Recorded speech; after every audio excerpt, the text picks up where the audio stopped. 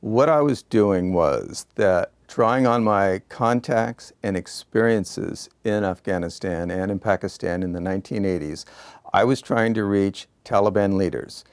In the 1980s, I went through the tribal areas, hiked up into Afghanistan, lived in the mountains of Afghanistan and down in the deserts of Kandahar with the Mujahideen, then America's close allies against the war, fighting the Soviet Union. I was a newspaper reporter for the New York Times, and over a period of time, I got to know what we call Pashtunwali, which would be called the tribal code of the Pashtuns, Pashtun being the principal ethnic group in Afghanistan and across the border in Pakistan. The Taliban are Pashtuns.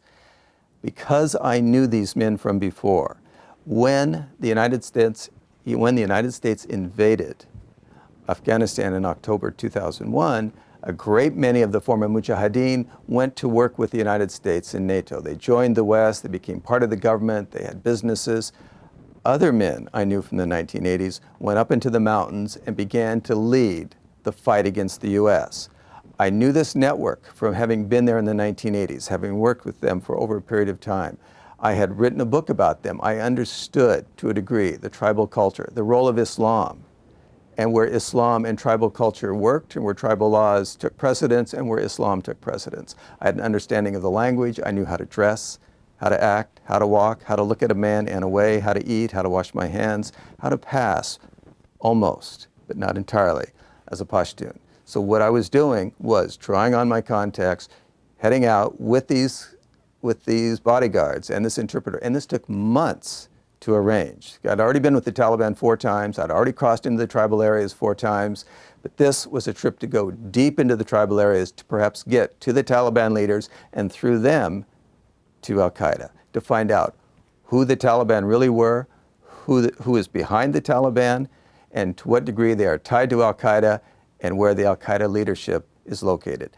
That was my goal. That was what I was trying to do. It's it comes from Kipling, and he heard it, it came long before him. Here lies a fool who tried to hustle the East. What I was doing for months when I was traveling along the border off and on and going with the Taliban, and all the work that I was doing, I took my time. I didn't push it. I operated by Pashtun rules, Pashtun time.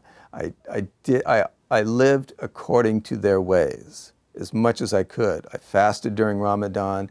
I would eat in the same way. I would take my time. Everything I did, but was in the way of the Pashtuns as I remembered it from the 1980s. However, I became so driven with ambition, blind to what was going on around me, wasn't fully aware of some of the intrigue that was circling all around me. I knew about betrayal. I'd already been betrayed once by one Taliban group. I had letters threatening my life. I knew that others were after me. I was living in a very dark, paranoid world, completely separate from the West. I didn't register at the US Embassy. I knew I had to avoid all journalists, all Afghan, Pakistani, and US and NATO military institutions and intelligence agencies. I was living in this very dark world, trying to move as an Afghan. But my deadline for the book was approaching.